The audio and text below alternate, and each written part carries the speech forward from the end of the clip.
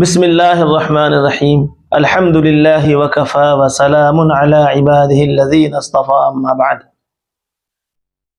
حدیث پاک کے اندر آتا ہے، حضرت عائشہ صدیقہ رضی اللہ تعالی عنہ فرماتی ہیں کہ حضور اکرم صلی اللہ تعالی علیہ وسلم شعبان کے مہینے میں کثرت سے روزے رکھا کرتے تھے۔ شعبان کے مہینے میں روزہ رکھنے کی جو فضیلت ہے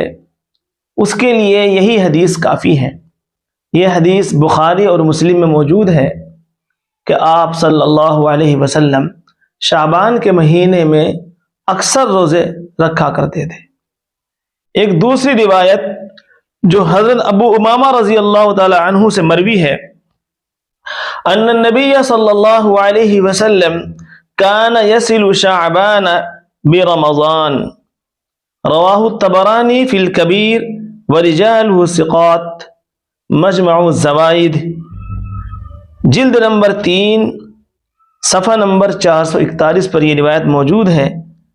کہ حضرت نبی پاک صلی اللہ علیہ وسلم شعبان کو رمضان سے ملا دیتے، یعنی شعبان کے آخر تک آپ روزے رکھا کرتے تھے۔ ایک دوسری حدیث میں ہے کہ حضور اکرم صلی اللہ تعالی علیہ وسلم نے 15 شعبان کے بعد روزہ رکھنے سے منع فرمایا۔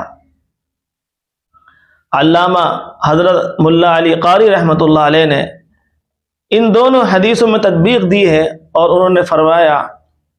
کہ جو لوگ کمزور ہیں انہیں چاہیے کہ وہ آدھے شعبان کے بعد روزے نہ رکھے تاکہ انہیں رمضان کے روزے رکھنے میں کمزوری محسوس نہ ہو۔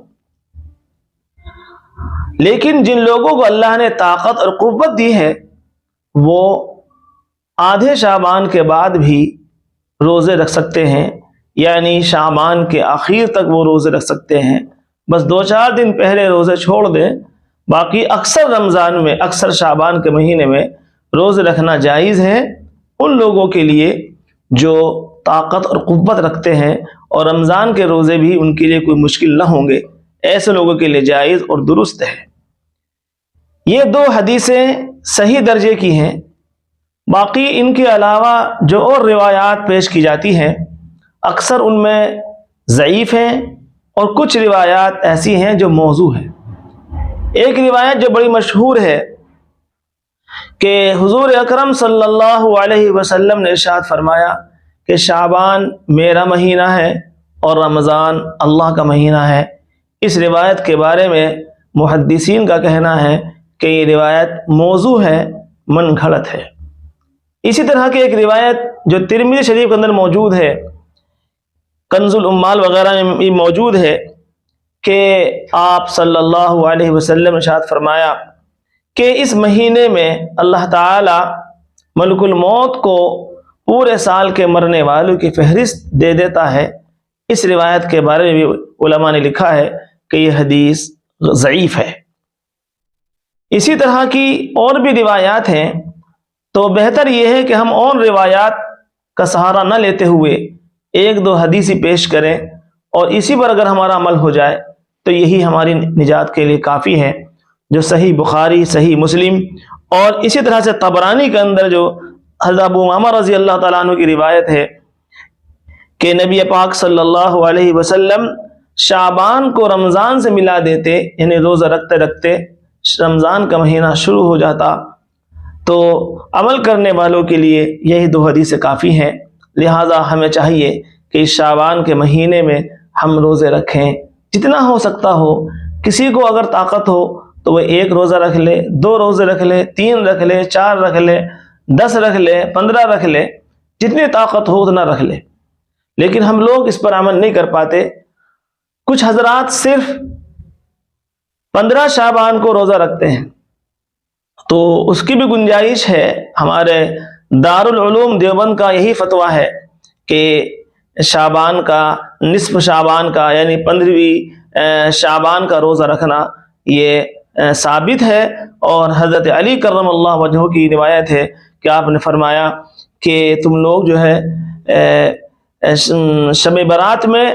جاگو، اللہ کی عبادت کرو اور اس کے دن میں روزہ رکھو، رات میں قیام کرو، قوموا لیلہا وصوموا نہارہا، تم اس کی رات میں قیام کرو یعنی عبادت کرو اور تم اس کے دن میں روزہ رکھو۔ یہ روایت بھی اگرچہ ضعیف ہے، اس روایت پر اگر کوئی عمل کرنا چاہے تو کر سکتا ہے، لیکن بعض محدثین کی رائے یہ ہے کہ یہ روایت نہایت درجے کی ضعیف ہے، اور بعض علماء نے اس کو موضوع بھی قرار دیا ہے۔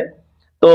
بہرحال اس میں اختلاف ہے، اس بنیاد پر جن کے نزدیک یہ روایت موضوع نہیں ہے بلکہ ضعیف ہے، وہ حضرات یہ کہتے ہیں کہ یہ روزہ رکھنا جائز ہے اور درست ہے۔ لیکن سب سے اعلیٰ بات جو حضرت مولانا مفتی تقی صاحب دامت برکاتہم نے ارشاد فرمائی ہے کہ بہتر یہ ہے کہ ہم 3 روزے رکھیں، یعنی ایام 20 کے جو روزے رکھے جاتے ہیں 3، 12، 13، 14، 15، تو اس طرح کے اگر ہم یہ 3-4 روزے رکھ لیں تو پھر یہ اختلاف ختم ہو سکتا ہے، اور بہتر بات یہی ہے کہ ہم اسی طرح سے عمل کریں گے کہ ہم 13، 14، 15 اس طرح کے یہ 3 روزے ہم رکھ لیں، تو انشاءاللہ ہمارے لیے باعث مسرت بات ہوگی اور ہم اس سنت پر عمل کرنے والے بن جائیں گے۔ اللہ تعالی ہمیں صحیح عمل کی توفیق عطا فرمائے، آمین۔ وآخر دعوانا ان الحمد للہ رب العالمین۔